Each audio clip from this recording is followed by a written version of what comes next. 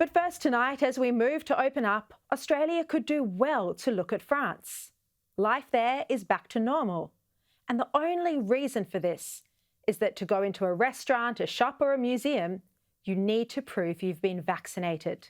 Or you need to prove that you don't have COVID, and there are rapid testing stations set up on the main streets. Mandating vaccines like this, like they're doing in France, to enable them to open up, is a very sensible approach. And there is precedent for mandating vaccines. News Corp successfully campaigned for the no jab, no play policy for children. Kids can't go to preschool if they haven't been vaccinated. As a result, 95% of 5-year-olds in this country are vaccinated. Despite all of this, I've heard many commentators on this channel over the past week strongly objecting to restaurants and retail outlets mandating vaccines for customers. Rowan Dean is one of these commentators.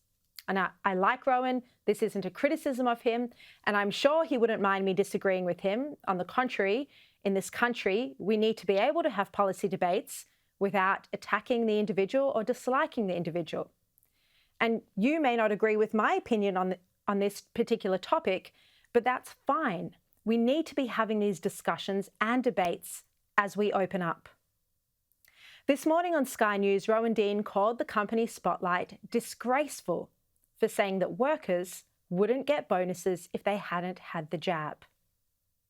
The owners of Spotlight disgracefully say they will withhold Christmas bonuses from unvaccinated employees. How spiteful and nasty and petty can you get?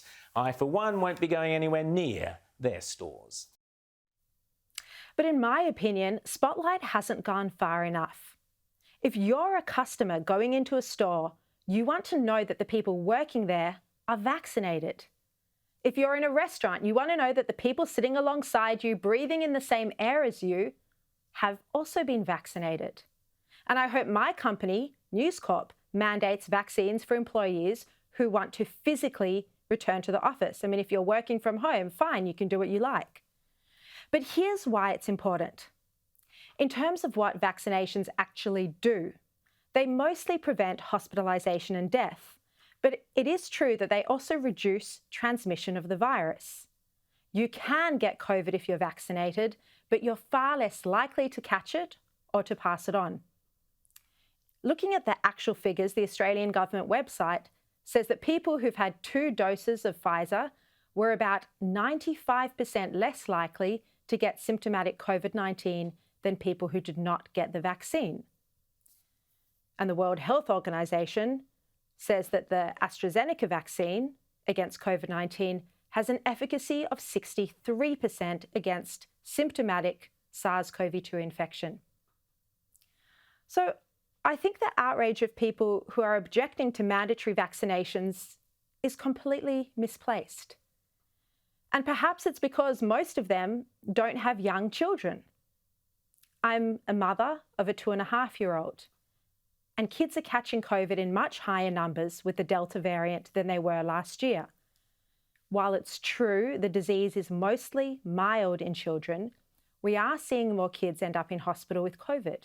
And those children who end up in hospital are sometimes separated from their parents. They're in there on their own, suffering when they're sick without their mum for support. And not to mention the impact on the kids who are immunocompromised, for whom COVID could be extremely serious. At this point, we know that no vaccine has been approved as safe for children under the age of 12.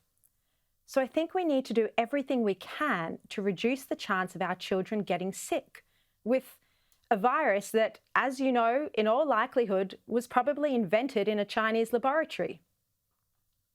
We moved heaven and earth to protect our elderly throughout the majority of this pandemic, and now we need to protect our children just as much as we protected our elderly when we now open up.